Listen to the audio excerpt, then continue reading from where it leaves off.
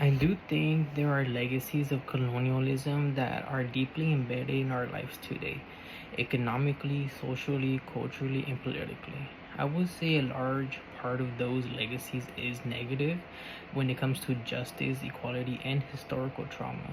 After reviewing the lectures, it is wild to see how deep it goes. Um, the arrival of Cortez wasn't a military event, it was a rupture. The Mexicas had already built a hegemonic empire, but Cortez exploited divisions like with the Tucanes and imposed a new colonial order. His authority wasn't earned, it was declared. And used as a tool was Malazine, a 14-year-old enslaved girl who became the bridge between the worlds. Her role as a translator wasn't just linguistics, it was symbolic. She played a role in which the conquest happened, and she was blamed and labeled as a betrayer. But I felt like it wasn't fair to call her that. I doubt that she had much of a choice, and I would say she was a victim in that event. Something that is definitely going to stick with me from the lecture was something I found very deep and something that I never really thought about. Granted, I never really felt a reason to think about it. Um, it was the Mexican identity is born from violence, from children or rape, not just rape, but a constant generation of abuse. And because of that, we see men and even women and in these complicated moments where joy can be happen in certain moments. For example, at parties or festivals, but in your daily life, you are invisible and essentially monotonous with your daily life. You have to be quiet and follow the rules, or else the oppression of colonization still exists. We seen this in our families today. I seen it in my family, and I was raised to respect your elders, but not that respect is given to you who you give respect.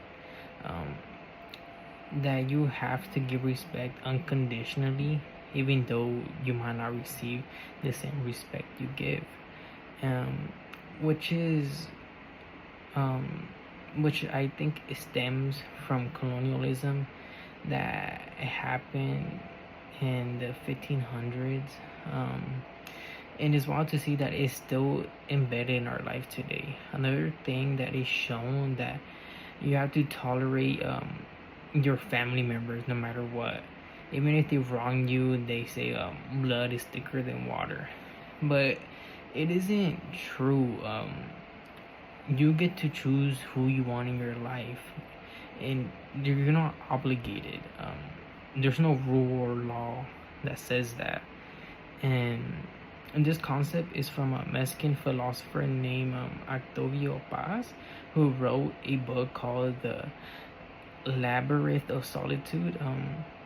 He explores this directly. He writes that Mexican men fear being penetrated, not just physically but emotionally. To be open is vulnerable, and vulnerability is seen as weakness. So masculinity becomes a mask, a defense, a wound that never heals. And we see this in our lives today. We probably all know that one person who's machismo, who walks around acting all tough and believes that women and men have specific roles that they have to take. And another thing that relates to that is which is also present today, is how women is treated when they get abused. They are told to shut up and not take, and they don't say anything to the abusers. And I know cases of like my aunts or uncles who are told to stand by their partners, that divorce is wrong and they're gonna get judged, and that they took a vow. But it I don't know why they feel like that. Well, of course, it's because of the colonial, um, the colonization, and But in the Bible, it explains that divorce is permitted in cases of adultery, abandonment of a unbelieving spouse, in situations that involve abuse and harm. If they're going based on the Bible, it tells you that it's allowed, but just because um, they feel that they can't, that they're stuck. And I will say large part of these colonialism legacies is negative, that they are deeply embedded in our lives today, and it really shows how much it affected through generational trauma. And my question is, how many more generations will carry the weight of colonial trauma before we finally break the cycle? And what does the healing actually look like? Yeah, thank you very much.